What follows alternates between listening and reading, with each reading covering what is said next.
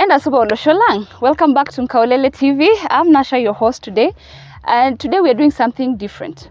Well, my people, as you all know, grief is a very physical, intense kind of thing that we go through as human beings. Today, I want us to talk about a certain tribe, a particular tribe not here in Kenya. Stick around to find out. That mourns totally different. As we all know, some of us we cry, some of us become sick, kuna ule atapata pressure, kuna ule atalazwa hosi, kuna ule atapoteza appetite. But this particular tribe, they believe inflicting more pain to your grief works. So stick right here and let's do this together.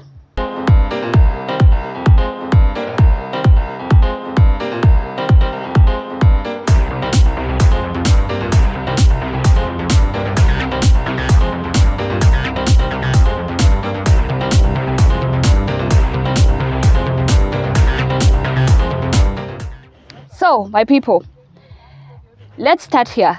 I don't know if most of you have taken vaccines ya COVID. Kuna wale, of course, we all have had a lot of stories. Kuna wale wanasema, oh, itakupatia side effects. Kuna wale wanasema, oh, dawa ime run out. If you have not taken the vaccine, at least take care of yourself. You know, my people, wear mask, sanitize. Because vile watu wanaenda, ni kubaya. So, as I was checking the death rate, nilikuwa naangalia tu kwa laptop. As I was checking and trying to see, you know, just thinking, wow, how life has become something that now is accustomed. It's something normal because of carelessness and stuff like that. Something popped up and it was a really nice story. As you can see, today I'm in Kajiado. I have a function, I have a wedding. For those that know, I'm a baker by profession. So nikajiambia, nikisha set up meza, lazima niwapatie hii udaku. So don't go anywhere, my people. Lazima tusikize hii udaku because hii story kuna vile. Yo people, is a boy Ipantama Kenya na niko ndani ya Kaolele show. Ndio show nambari 1, show kubwa, show moto ndani ya Kenya International. Make sure you watch and subscribe. Nini wewe? Ndio hiyo sasa. This particular small tribe somewhere in Indonesia. Well, those sides of New Guinea, those sides are western na huko. Apparently, if you lose a loved one, there is something they do to you. So for example, if I lost a loved one today, a fact, someone somewhere within my family will be sent to me with a string. Kauzi tu hivi. Yeah, they come and tie it on your finger. I know you're wondering why they tie it on your finger. So, mdau anakuja na uzi. Anakuja anafunga kidole chako. Ile tu decide, but it starts from whichever side to mpaka mwisho. So why they do this is to cut blood circulation through your fingers. So that particular finger yenye wamefunga, this is what happens. After they've realized the blood circulation imeenda kabisa, like the finger has already started turning black, vile unajua ukifunga blood circulation they will happen, So, mse huyo tu mwenye alikufunga, anakuja anakata hiyo kidole. Well, yes. So apparently each time you lose a loved one, a finger goes. I don't know how long this will go until I think you're done with the 10 fingers, misijui. But yes, they believe by doing that they appease their ancestors, and it is also a way of making sure that the evil spirits zenye zimekuja na hiyo death, they do not linger there. So you go, hiyo grief yako imeenda na hiyo uchungu. But now, this is the most interesting part about this story. His story happening, my boy child. Yes, this particular practice is practiced only on women and children. So this is what they do. Wakisha kufunga hiyo kidole, they will take a stone, any stone that is sharp, akuje wa crush your finger off. Immediately they do that, they take some herbs, wanakufungia kwa hiyo kidole. That is, I think, probably to make sure that utapata hizo infections na nothing grows back, so it seals completely. It's called Ikipalin. I don't know if I'm pronouncing it right. Well, I'm from Kenya, not Indonesia. But it is practiced by the Dani people. It's a small tribe, those sides of Indonesia. So, once they cut it, there are also other, different options. You can choose to use any other tool apart from the stone. The other option is you chew on your finger. Mpaka ikuwe weak kabisa.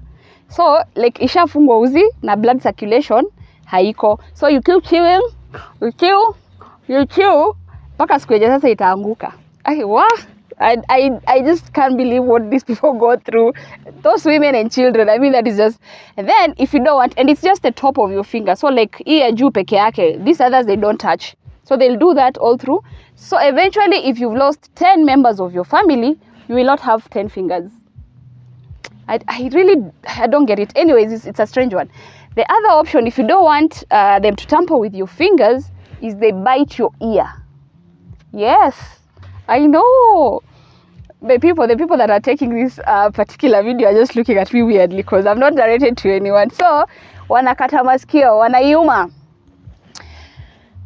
Okay, and this is only done, as I've said, to women and children. Sasa, the men, boy child, kazi yake sasa ni kuangalia vile nyinyi mtaendelea kumwona. So I keep asking myself, hii pain yenye wamama mnawapitisha through after loss of a loved one, isn't it the men that should be doing this? I don't know, but well, it is practiced. The other thing that is practiced is biting your child's finger again. Ati that one itamsaidia mtoto wako kukua bila evil spirits around them na hata kuwa na issues. So ukizaa mtoi grow, unafaa kukuja umkate kidole. It is actually something they are proud of doing. I know. I can't believe ati inaweza kaa tu hivi chini and then I pick my son, hebu kuja hapa ati kuja nikufunge and then there's a day I'll bite that finger. No way. That is gross and weird. But this is a good thing about this particular custom. Eventually, as years went by, ilikuja ikakuwa banned.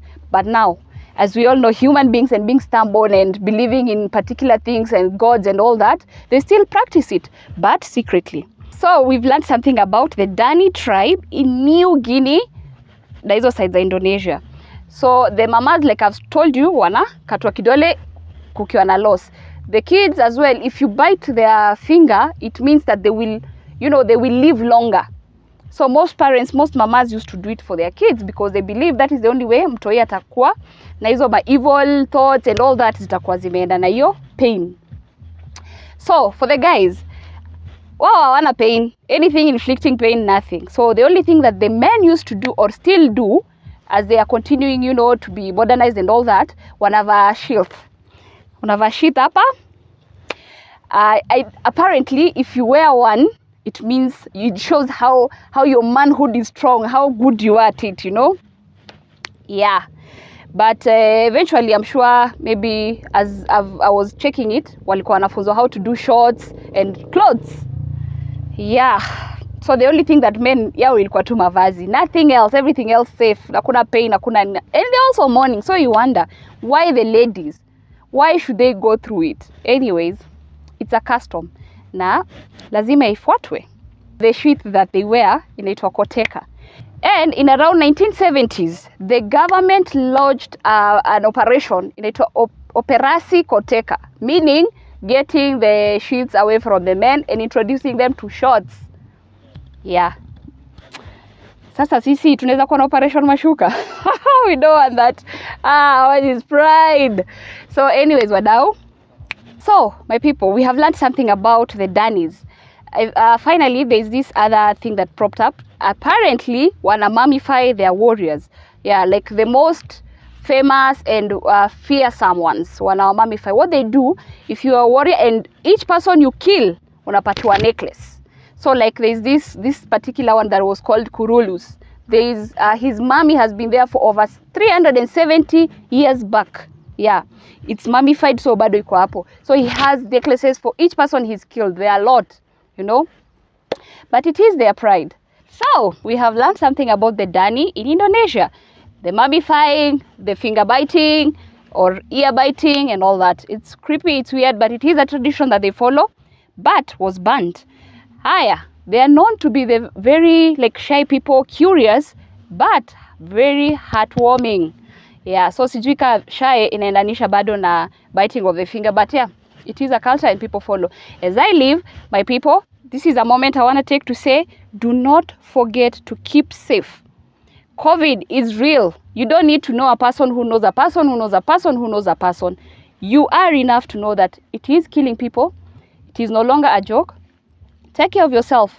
Mask up, sanitize, keep distance, just be safe. It's not for you, it's for your loved ones. So let us keep safe. And for those that have lost their loved ones, Our condolences from Kaulele TV. And until next time, do not forget to subscribe. Hizi msheneni mingi. Nitakuwa nawaletea once in a while, short, good, interesting ones. Saa yangu ya kwenda kukata keki ya harusi imefika, so I gotta go. Till next time, keep safe.